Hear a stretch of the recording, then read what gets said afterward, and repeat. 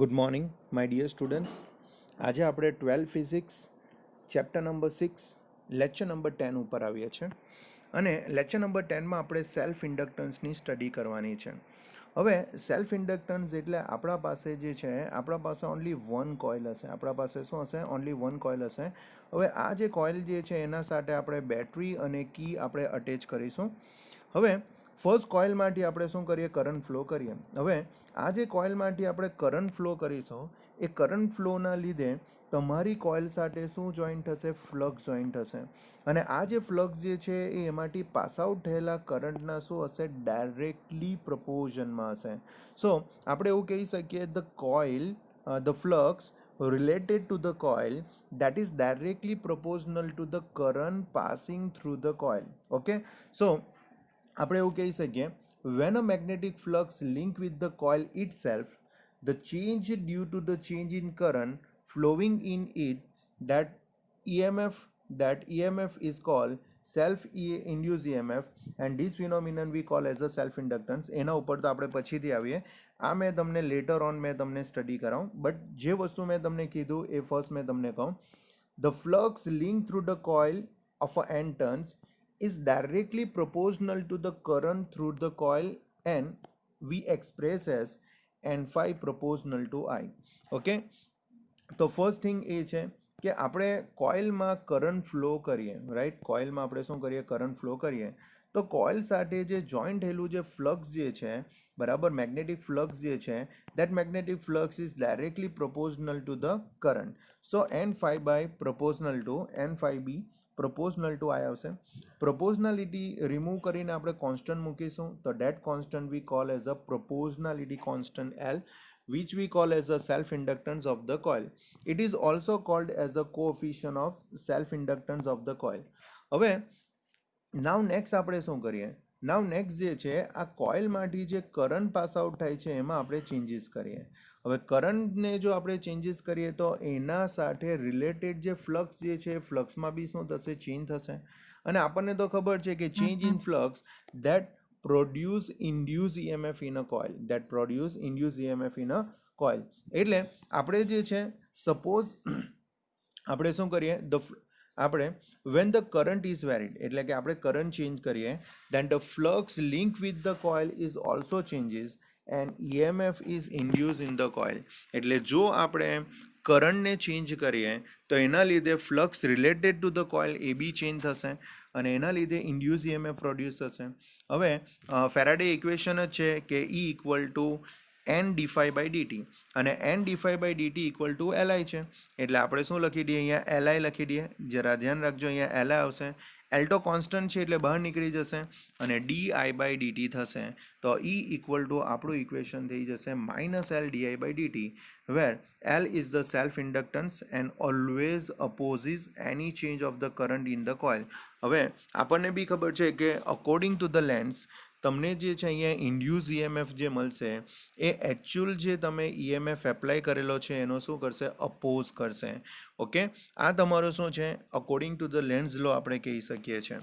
તો મારા પ્રમાણે તમને આ સિમ્પલ થિંગ ખબર પડી જવી જોઈએ કે આપણે કોઈ કોઇલ લઈએ અને કોઇલમાંથી આપણે કરંટ ફ્લો બરાબર કરીએ તો એ જે કોઇલ સાથે જે ફ્લક્સ જોઈન્ટ થશે that flux is directly proportional to the current flowing through the coil, N phi proportional to આઈ.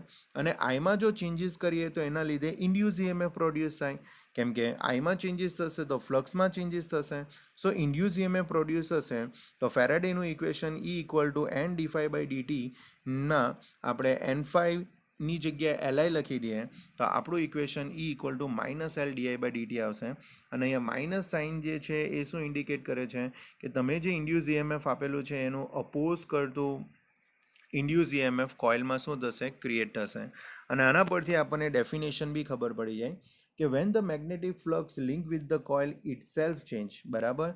એટલે જો આપણે મેગ્નેટિક ફ્લક્સ જે છે, બરાબર, આપણી જે કોઇલ છે એમાં ચેન્જીસ કરીએ due to the change in current flowing in it, then such a EMF is called the self induced EMF. એટલે વન કોઇલમાં જ્યારે તમે EMF ઇન્ડ્યુસ કરશો ત્યારે એને સેલ્ફ ઇન્ડ્યુસ EMF આપણે કહી શકીશું. And this phenomenon is called self induction. એને આપણે સેલ્ફ ઇન્ડક્શન બી આપણે કહી શકીએ છીએ. ચાલો નાવ નેક્સ્ટ ક્વેશ્ચન પર આવીએ. આ નેક્સ્ટ ક્વેશ્ચન જે છે એ એક્ઝામમાં 2 માર્ક્સ માટે આવવાની પોસિબિલિટી છે, તો જરા ધ્યાન રાખજો. With the help of L equal to n phi by I and E equal to minus L di by dt, give the two definition of the self inductance. હવે L equal to n phi by I છે, સે એમાં suppose I ની value આપણે 1 કરી દઈએ તો L equal to શું થઈ જશે, n phi થઈ જશે અને એના પરથી એની ડેફિનેશન બની શકે. એટલે સપોઝ જો આપણે I ની વેલ્યુ 1 લઈ લઈએ તો L equal to શું થઈ શકે, n phi થઈ શકે. આના પરથી એની ડેફિનેશન બની શકે the total flux, right, the total flux that is n phi per unit current એટલે કે I ની વેલ્યુ આપણે શું લઈ લઈએ, 1 લઈ લઈએ, passing through the coil is defined as the self inductance. તો આટલું ખબર પડવી જોઈએ. the total flux per unit current passing through the coil is defined as the self inductance. બરાબર. અને E equal to minus L di by dt માં suppose આપણે di by dt આપણે 1 લઈ લઈએ, બરાબર, di by dt 1 લઈ લઈએ તો E equal to શું આવશે, minus L આવશે.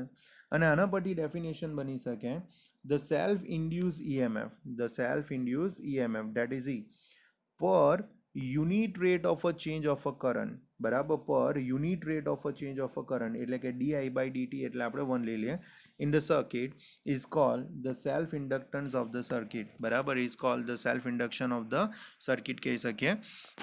હવે સેલ્ફ ઇન્ડક્શનનો યુનિટની વાત કરીએ તો સેમ જે મ્યુચ્યુઅલ ઇન્ડક્ટન્સના હતા તે વોલ્ટ સેકન્ડ પર એમ્પિયર અથવા તો વેબર પર એમ્પિયર અથવા તો ઓમ ઇન્ટુ સેકન્ડ ઓર એને આપણે હેનરી લઈ શકીએ. અને એનું ડાયમેન્શનલ ફોર્મ્યુલા બી સેમ જ રહેશે, M1 L2 T minus 2 A minus 2. તો આ રીતે આપણે ડેફિનેશન આપણે ઇક્વેશન પરથી આપણે બનાવી શકીએ છીએ.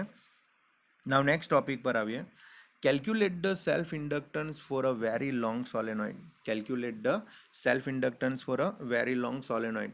A very long solenoid માટેની આપણે વાત કરીએ તો સપોઝ એમ સમજી લો કે આપણે વેરી લોંગ સોલેનોઇડ લઈએ, having a cross section area A લઈ લઈએ, લેન્થ આપણે એલ લઈ લઈએ અને number of turns per unit length આપણે સ્મોલ એન લઈ લઈએ. સપોઝ એમાંથી આઈ કરંટ ફ્લો કરીએ તો મેગ્નેટિક ફિલ્ડ તો આપણને ખબર જ છે કે મેગ્નેટિક ફિલ્ડનું equation B equal to mu 0 NI છે. Total flux link with the સોલેનોઇડની વાત કરીએ તો n phi, બરાબર, n phi જેમાં phi ઇક્વલ ટુ શું છે, n phi જેમાં phi ઇક્વલ ટુ શું છે, BA, રાઈટ. તો phi ની જગ્યાએ આપણે BA લખી દઈએ તો આપણું n phi equal to n BA થઈ જશે. બીની વાત કરીએ તો બીની વેલ્યુ શું છે, મ્યુ 0 NI છે એટલે એને મ્યુ 0 NI લખી દઈએ. પછી આ કેપિટલ એનની જગ્યાએ તો આપણે શું લખી શકીએ, n ઇન્ટુ શું લખી શકીએ, L, કેમ કે small n that is the number of turns per unit length છે એટલે કેપિટલ એને સબ્જેક્ટ બનાવીએ તો n ઇન્ટુ L આવશે. ચાલો તો એની જગ્યાએ n ઇન્ટુ L થઈ જશે, રાઈટ, કેપિટલ એનની જગ્યાએ. બીની જગ્યાએ થઈ જશે મ્યુ 0 NI ઇન્ટુ શું થશે, A. એટલે એ રીતે આપણે મ્યુ 0 n સ્ક્વેર A, બરાબર, mu 0 n square A L into શું થશે, I થશે. હવે જો આપણે એલની વાત કરીએ તો L equal to n phi by I છે, બરાબર, એટલે કે આપણે n phi equal to LI છે, right. n phi equal to શું છે, તો n phi equal to LI છે. એમાંથી સપોઝ એમ સમજી લો કે આપણે એલને સબ્જેક્ટ બનાવીએ તો એલ ઇક્વલ ટુ શું થઈ જશે, તો એલ ઇક્વલ ટુ થઈ જશે n phi બાય I. અને એમાં જો આપણે વેલ્યુ મૂકીએ કે n phi ની વેલ્યુ શું છે, mu 0 n square AL into I, હા, mu 0 n square AL into I, તો I અને I કેન્સલ આઉટ થઈ જશે તો આપણો આન્સર આવી જશે મ્યુ 0 n સ્ક્વેર AL આવી જશે. So the self inductance of the આપણે કોઇલની વાત કરીએ તો એનો આન્સર આવશે મ્યુ 0 n સ્ક્વેર AL આવશે. અને જો મ્યુ 0ની જગ્યાએ આપણે એટલે કે વેક્યુમ પરમેબિલિટીની જગ્યાએ સપોઝ આપણે કોઈ મટીરિયલ મૂકેલું હોય તો મ્યુ 0ની જગ્યાએ આપણે મ્યુ લખી શકીએ અને મ્યુ ઇક્વલ ટુ શું લખી શકીએ, મ્યુ 0 ઇન્ટુ મ્યુ આર બી લખી શકીએ.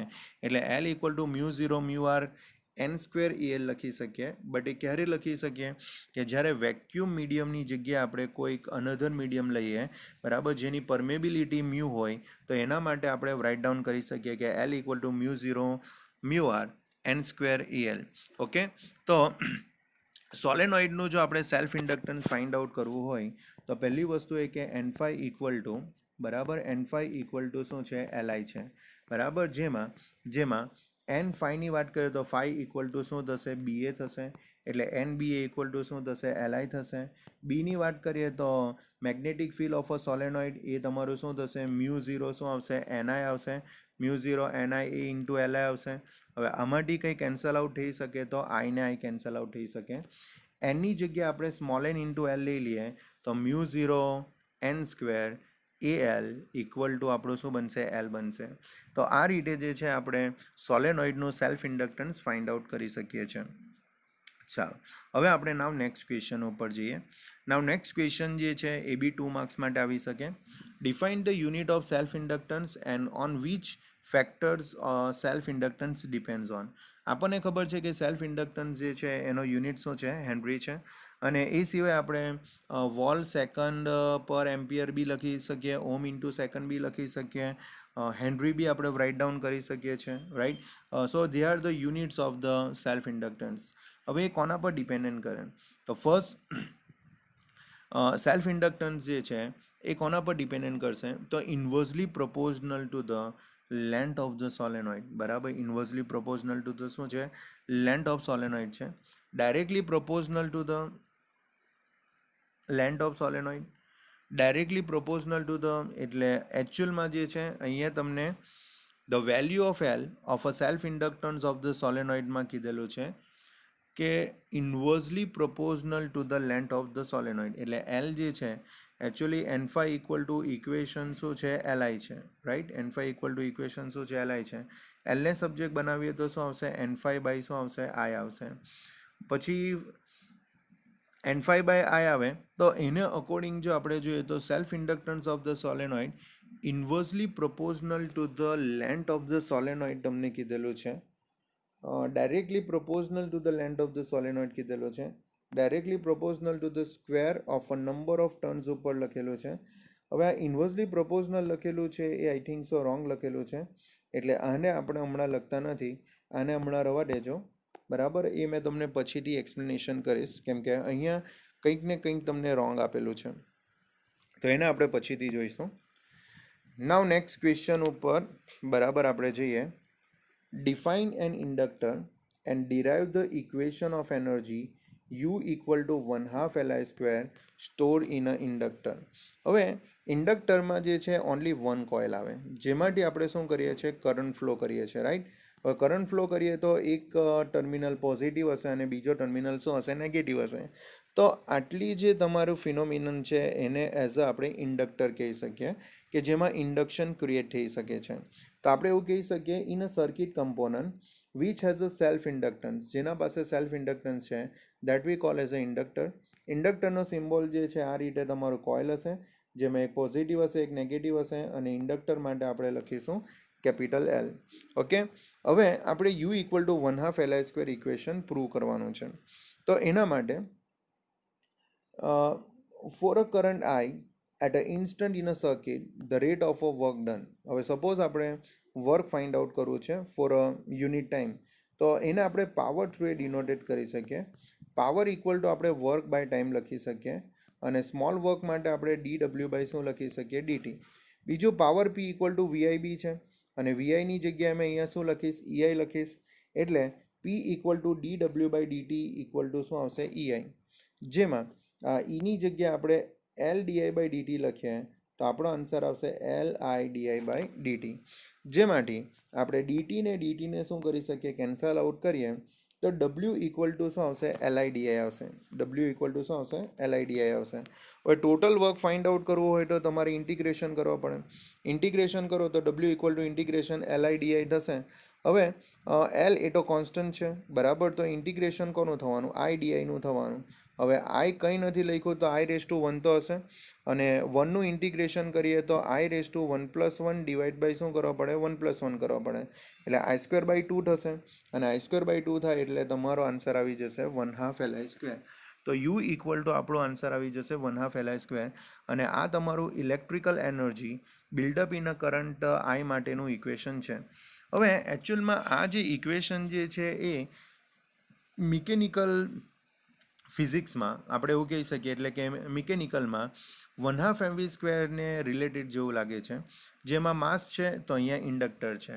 લાઈક માસ જે છે એ તમારી કઈ પ્રોપર્ટી કહેવાય, તો મોમેન્ટો ઇનર્શિયા આપણે કહી શકીએ. ઇનર્શિયા એટલે કેવું કે સપોઝ એમ સમજી લો કે કોઈ મેસિવ બોડી છે અને એને આપણે ખસેડવા માટે આપણે ફોર્સ એપ્લાય કરીએ, તો એ મેસિવ બોડી શું કરશે? તો એ મેસિવ બોડી જે છે એ એનો શું કરવાની ટ્રાય કરશે? તો એનો અપોઝ કરવાની ટ્રાય કરશે. બરાબર, અપોઝ કરવાની ટ્રાય કરશે. એ જ રીતે સપોઝ આપણા પાસે ઇન્ડક્ટર છે, એટલે કે સર્કિટ છે. સર્કિટમાં આપણે ઇન્ડ્યુસ ઈએમએફ એપ્લાય કરીએ તો કોઇલ શું કરશે? તો એને અપોઝ કરવા માટે ઇન્ડ્યુસ ઈએમએફ પ્રોડ્યુસ કરશે. તો જે રીતે મિકેનિકલમાં એમ વર્ક કરે છે તે રીતે ઇલેક્ટ્રિકલમાં એલ વર્ક કરશે, એટલે કે ઇન્ડક્ટર વર્ક કરશે. બીજું વેલોસિટીની વાત કરીએ તો અહીંયા વેલોસિટી ઓફ ઓબ્જેક્ટ છે, અને આઈની વાત કરીએ તો વેલોસિટી ઓફ શું છે? પાર્ટિકલ છે, એટલે ચાર્જ પાર્ટિકલ છે. તો એ રીતે જે છે વેલોસિટી બી તમને નિયરેસ્ટ ટુ તમને શું લાગે? સેમ લાગે. એટલે અહીંયા લખેલું છે કે this expression remind us mv²/2 for the mechanical kinetic energy of a particle of a mass m and shows that the L is analogous to શું આવશે? એમ આવશે. તો એલ એમને શું છે? એનાલોગસ છે એવું આપણે કહી શકીએ છીએ. અને આના પરથી the self induce EMF is also cold back EMF. કેમ ખબર? તમે જેટલો ઈએમએફ એપ્લાય કરો છો એનો એ શું કરશે? અપોઝ કરશે. અને અપોઝ કરશે એટલે એને એઝ આપણે બેક ઈએમએફ બી કહી શકીએ છીએ. ઓકે, તો આટલું વસ્તુ તમારે ધ્યાન રાખવાનું છે, અને આ પણ એક્ઝામમાં 2 માર્ક્સ માટે આવવાની પોસિબિલિટી છે. So I hope you can understand this video. If any doubt come, please inform me. I will try to explain you. Thank you very much. Bye.